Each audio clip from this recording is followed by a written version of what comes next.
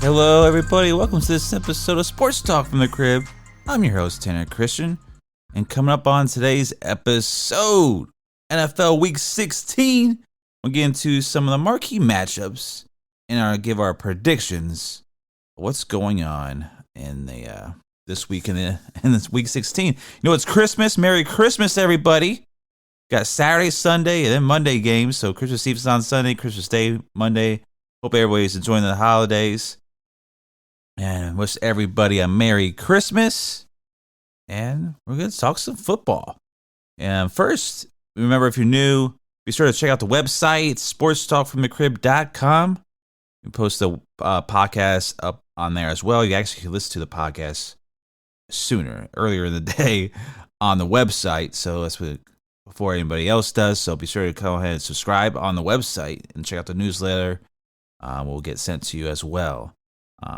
And social media, we're at Feel the Heat Entertainment. It's Feel the Heat ENT. Instagram, YouTube, X, Facebook, you name it, is on there. It's under Feel the Heat Entertainment. So remember, new episodes is every Tuesday and Friday as well. And it's available on all streaming platforms. So it's Spotify, Apple, wherever you want to listen to it, it is available. Be sure to leave us reviews on there as well. Spotify does it. There's question and answers. I could post up there as well. So if you're interested in that, all you gotta do is send me an email, and I would go ahead and do that for you. You could actually come out your own too, as well. I think Apple Podcasts is getting onto it as well. So we like to some ratings, give you thoughts about the show and whatnot, and share it with your family and friends. It'll be very helpful, and I appreciate all the love. We're on an episode. This is 165 now, so it's been a great year, and we got a lot of great things coming up, and appreciate all the love. Like I said, it's growing. That's what's great about this podcast. It keeps growing. Keeps getting new countries, new cities all around the United States. So it's pretty cool to get back all the stats and see where everybody's listening from, how they're listening from, where they're listening from, and stuff. So it's pretty cool, and I appreciate all the love. So let's start off with these Week 16 matchups. We got, like I said, a game on Saturday, so we'll talk about it. It's maybe not as intriguing as previous AFC North matchups, but we got the Bengals at the Steelers. Bengals 8-6. Steelers are 7-7. These are two teams that have gone in completely different directions since their last meetup. The Steelers beat them. I think was that Joe Burrow's last game when he got hurt. It wasn't a good showing by the Bengals, right? That's the last time the Steelers were any kind of good.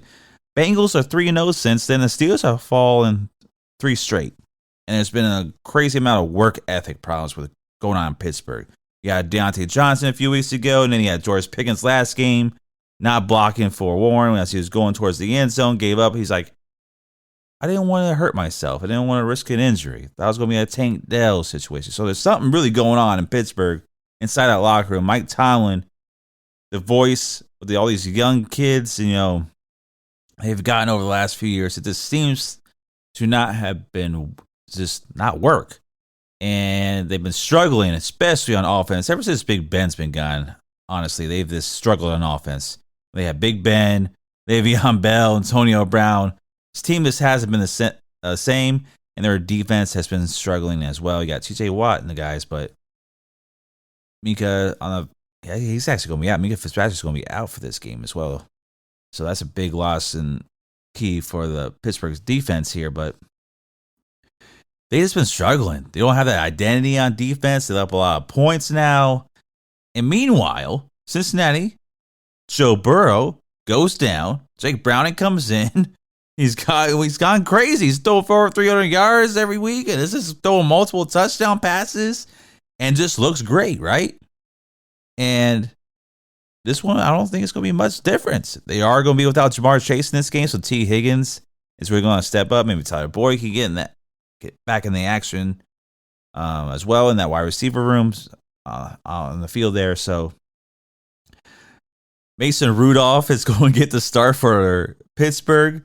So on to their third quarterback of this year. And here's an intriguing fact about the Pittsburgh Steelers. Look at the stat line here. They have thrown for 10 TDs and 9 interceptions on the whole year. Great job, Pittsburgh Steelers quarterbacks. There's been no productivity out of that position all year long. Pickett hurt still.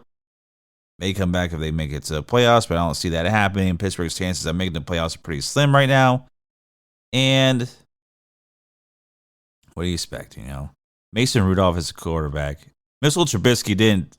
I don't know why he's still a quarterback. I said that last week. Why he's still a quarterback in this league, I have no idea. But Mason Rudolph gets to start. Maybe Myles Garrett's not. They're not playing in Cleveland, so Myles Garrett's not going to swing his helmet at him or nothing. But that's the only image I see in Mason Rudolph's career because he's been kind of nothing as well. But who knows? It's the NFL. Anything could happen, right? But prediction in the game: Bengals are 8-6. They're fighting for that final wild card spot. Steelers 7-7. Saturday, Bengals. I'm good rolling with the Bengals. I think there's going to be a big Joe Mixon type of game.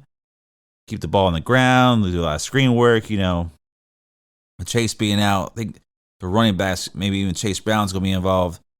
He's been a great little rookie there. I think he's out of Northern Illinois? He's been a great rookie for him in the last few weeks, so he's getting a lot of action. I think the running backs for Cincinnati can really dominate this game. They didn't dominate the first go-around at all, but we'll see what happens. Like I said, maybe the terrible towels come out and Pittsburgh comes to life. You never know. Usually Mike Tomlin can get teams turned around somehow, and he always finishes above 500. But now the doubts are in, and I'm a doubter, and you got to prove me otherwise. This free-for-all, it looks like it may keep falling. So I got the Bengals in this one. I'm going to go with a 24-10. We'll see how good this prediction is because I just love making predictions. And the complete opposite happens. That's how it is. But anyway, that's the Bengals Steelers. That's my prediction for it. We're going to hop in the next one. We got some good marquee matchups. Don't worry, guys. Coming up, the next one I want to talk about is the Browns at the Texans. The reason why I just want to talk about this matchup is just because we got Joe Flacco versus Case Keenum. And both these teams, Texas still fighting for that AFC South crown, and the Browns, a couple games back with the Ravens. I don't see them, catching them, but they're going for that wild card as well.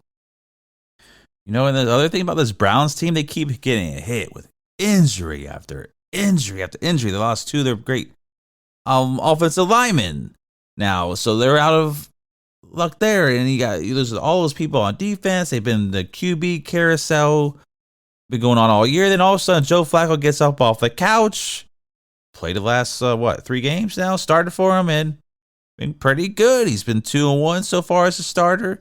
He's got 939 yards, 7 TDs, 5 picks. He's just slinging it all over the place, and they've been winning. So,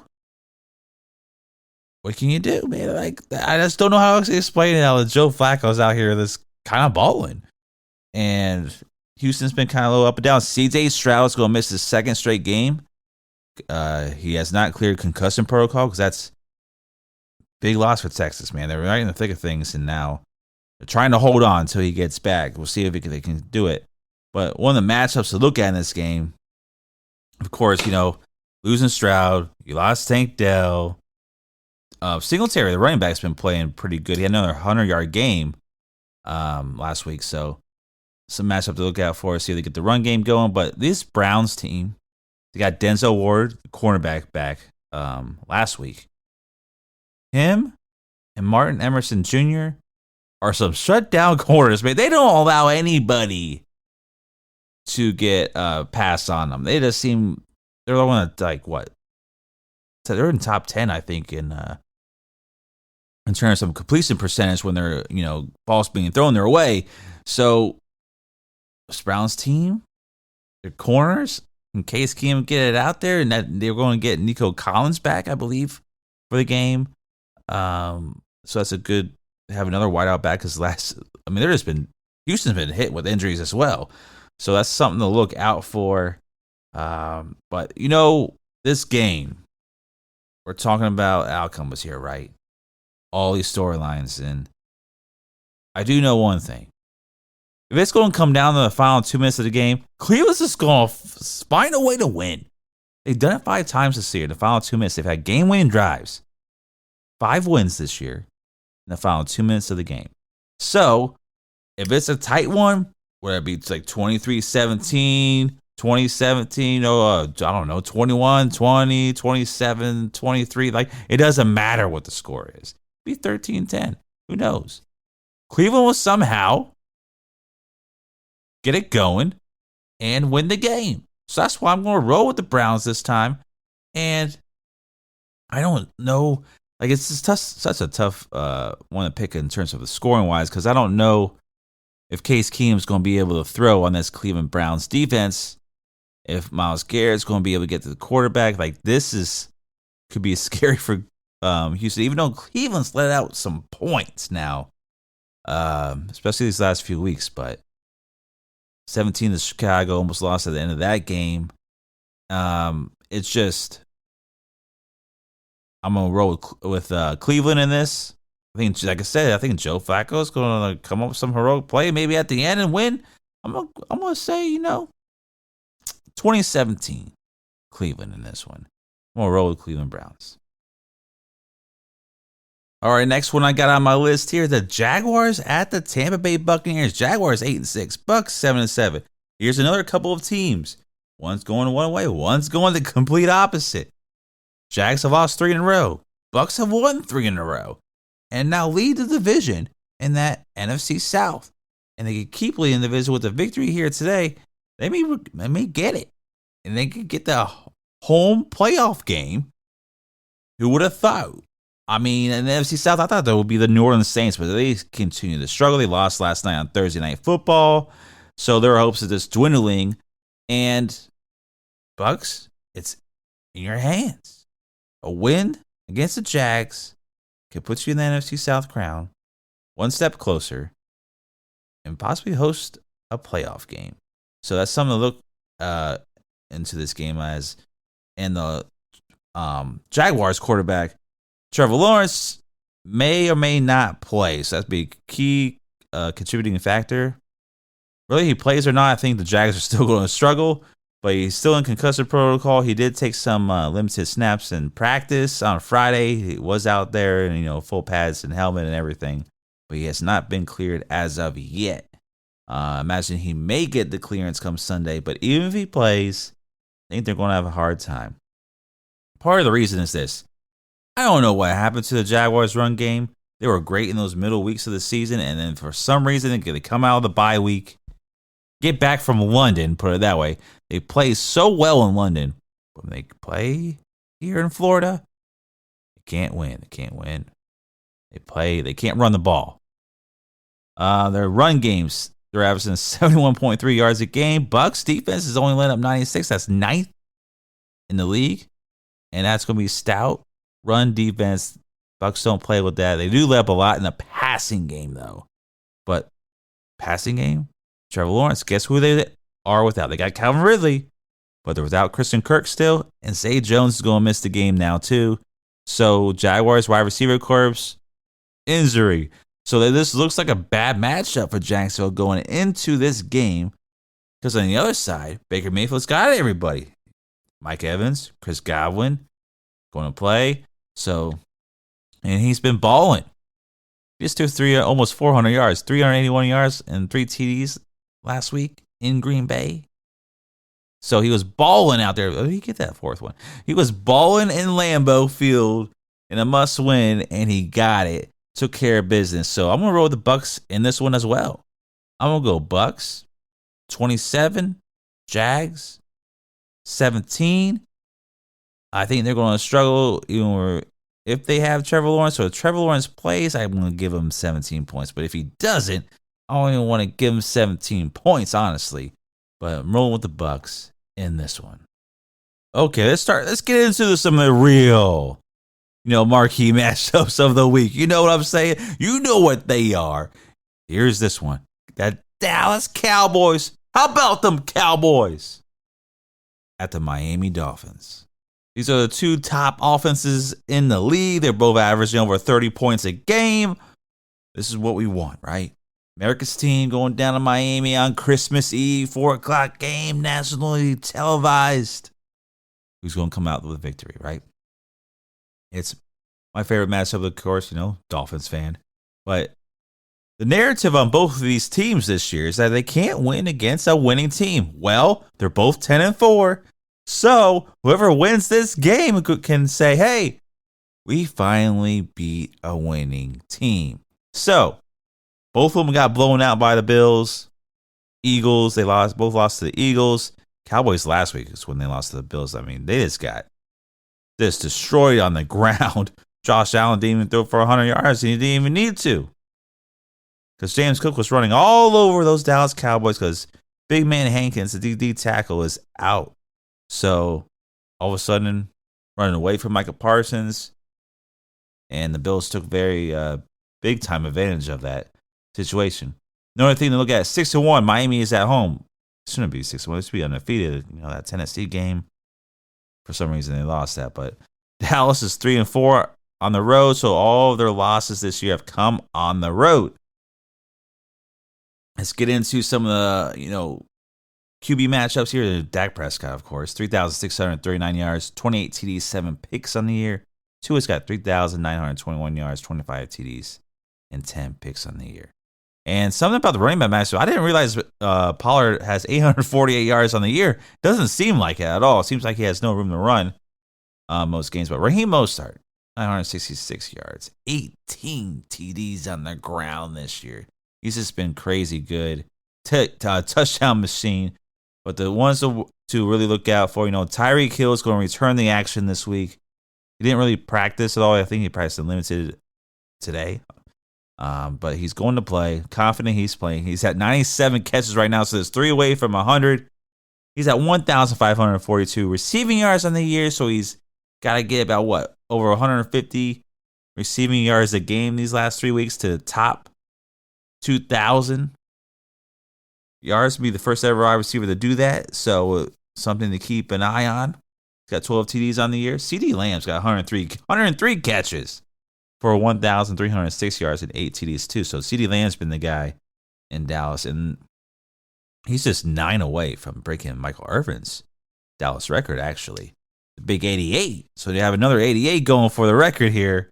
And so that's something to look at. I don't know if the Dolphins will allow him to catch 9. Jalen Ramsey may shadow him. So that'll be an intriguing matchup. CD Lamb versus Jalen Ramsey. See who comes out on top. So that's something that I'm looking forward to it. And I can't wait for this game. It's a big time game for both these franchises because if you win this game, it's really going to tell who you are and if you can make it in this year's playoffs. Because like I said, Miami, Dallas, they've been playing a bunch of bottom tier teams in the NFL this year. And we're going to really find out on Christmas Eve who's going to come out on top. And I mean, Miami's got to win this game as well. They got to keep pace up there if the number 1 seed in the AFC. Keep pace with the Bills because the Bills have been rising. The Buffalo Bills have been on a roll lately. So you guys stay a couple games ahead of them in the standings because the final week of the season, it's Bills-Dolphins. So Miami's got to come out on top of this. And they also play the Ravens after this. So you got the Ravens and the Bills still on the schedule. You have to come out with a victory in this game. So who I got? I think it's going to be a high score. I think it's going to be a lot of points scored in this game. I'm going to go with like 34-24 Dolphins because I can't go against my damn team. No, but seriously, though, I am going to pick Miami in this game. I think it's going to be too much. I think the run game for Miami with Mostert and Achane is going to be a contributing factor. And I think Jalen Ramsey is going to shut down CeeDee Lamb for the most part and force, somebody else to make plays in the receiving game for Dallas. So that's what I expect in this one. I expect a lot of scoring. And I'm getting Miami to come out with a victory. And let's hop into the final one we want to talk about here. The Ravens at the Niners. Talk about Cowboys and Dolphins, both 10-4. Well, the Ravens and Niners, they're both 11-3. And like I said, Dolphins fighting up for the number 1 seed. Ravens currently hold it at that record. If they lose to the Niners, and the Dolphins win, things can get real interesting going into a showdown when they face each other. So something to look out for on there as well. It's a Monday Night Football. This is what you want to see on Monday night. Brock Purdy, MVP candidate, had 4 TDs last week. And the deciding factor in this one is just going to be, can the Ravens keep Christian McCaffrey out of the end zone? Because the guy's in it every week, man. The guy just doesn't stop getting into the end zone. He's got 13 rushing TDs, 7 receiving TDs. Whether it be the run game, the passing game, Christian McCaffrey has been the man this year. And I honestly think he should be in the MVP discussion. I think he should be the front runner of MVP because without Christian McCaffrey, I don't know if Brock Purdy would be passing the ball around like he does, but he's been efficient. He's not just been a system quarterback, what's been the narrative on him in the Kyle Shanahan system. He ain't a system quarterback anymore, man. Christian McCaffrey, Deebo Samuel, Brandon Ayuk, George Kittle, like this Niners team's for real on the offensive side of the ball, and Brock Purdy has played a huge part in it. But the key factor is, can the Ravens stop Christian McCaffrey and keep him out of the end zone? And on the flip side, can the Niners contain Lamar Jackson, keep him in the pocket, don't let him get outside and use his legs? Because, last week was the Jaguars. I really felt like the Ravens offense is just kind of playing around a little bit like the Eagles offense. And I know Lamar Jackson made some heroic plays and crazy Madden-esque like stuff, but I don't really like their offense. I think it could struggle against this Niners defense. I think it could really struggle, especially Lamar Jackson. If they can contain him in the pocket, I think it'd be a long day for Baltimore. I think the Niners could really show up and make it really lopsided real quick. But what the Ravens have going for them is their pass defense. They're like second in the league. They don't allow much to happen in the passing game. So that's something to see. If Kyle Shanahan could throw up some plays and exploit that defense at least a little bit and whatnot. Kyle Hamilton's a beast on that defense too. That's a guy you got to key in on, and hopefully, he's not in on the play, but that's something to look out for. That's a good matchup there too. Lamar Jackson, the Keaton Mitchell, the running back for the Ravens, he's on IR. He tore his ACL, so it's back to the Gus Edwards show in Baltimore. So we'll see if Gus Edwards and that run game can kind of get going, but I don't really think so. I think the Niners are going to shut that down. I'm actually picking the Niners big. I'm sorry. I think the Ravens are going down. They're going down heavy on Monday night. I'm going to go with the Niners 27, Ravens 6. Call me crazy. Bold prediction. Shut them down. But the thing is, and where that statement could be really bad, is this: Lamar Jackson plays the NFC so good and so well. But I'm still going to roll. I mean, you see how dominant he was against the Detroit Lions. But Detroit Lions are different than the Niners right now. So I'm rolling with the Niners 27-6. Get the victory. This could be a Super Bowl preview, possibly. But Niners all day in this one. And that's going to do it for today's episode. And thank you all for joining me here on Sports Talk from the Crib with your favorite sports host, Tanner Christian. Remember, new episodes are airing every Tuesday and Friday, and it's available on all streaming platforms. Be sure to check out the website, sportstalkfromthecrib.com. You can listen to the podcast on there and check out the blog post. Subscribe to the newsletter. And follow us on social media. We're at Feel the Heat Entertainment. It's Feel the Heat ENT on Instagram, X, Facebook, and YouTube. So give us a follow and subscribe on there as well. I just want to say thank you for joining me again, and Merry Christmas to you all. And to all, good night.